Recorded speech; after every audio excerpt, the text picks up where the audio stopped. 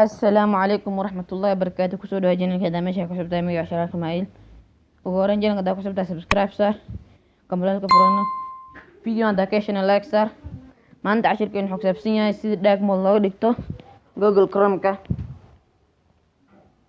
si aad dark mode ugu dhigto Google Chrome-ka ugu horeyn waxaad soo furanaysaa Google Chrome-ka.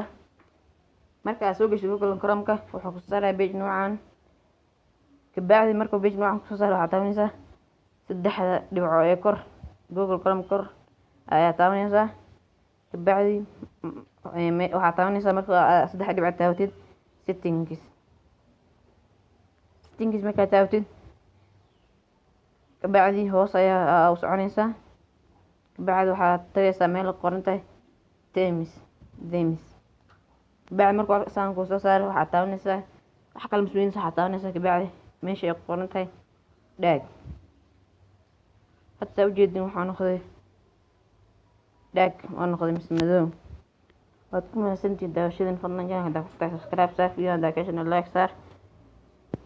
inta kuma dar barnaamijkan ka xisaaban nabadgelyo. assalaamu calaykum waraxmatullaahi wabarakaatuh.